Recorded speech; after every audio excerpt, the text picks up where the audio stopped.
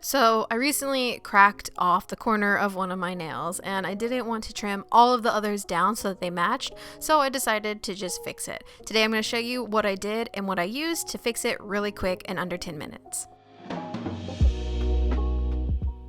So first I went ahead and I removed the polish from my nails, so I was just working with my natural nails. But my natural nails can get a little oily, so next I'm going to be using this pH bond dehydrator, and I'm just applying that to my whole nail. Technically you wouldn't have to, just the area that you're using, the polygel or acrylic or whatever you're using. I'll be using a white polygel to do this, and I'm just going to go ahead and prep my stuff. I'm getting my spatula with the brush on the other side, and I'm pouring some alcohol into a container, and next I'm just going to take a super tiny amount, like that was actually too much in the end.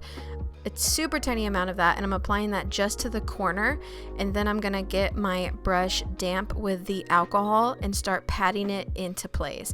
I got my brush a little too wet and it was a little too fluid, so make sure you have the right amount of alcohol on the brush so that the product doesn't become too thin. And I just kept patting down the polygel. I wanted it to be smooth on my natural nail, but obviously a little thicker on that corner that I was replacing.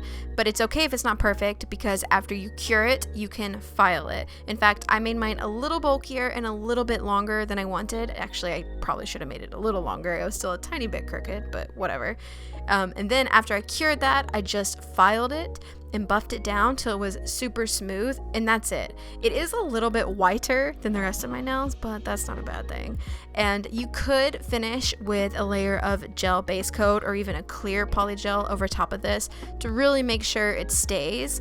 But because mine was such a small area and I wasn't super worried about it, I just finished with my regular base coat, and that's it. This took me like 8 minutes to do, and it's a really quick fix for if something like this happens to you and you don't want to trim all your nails down.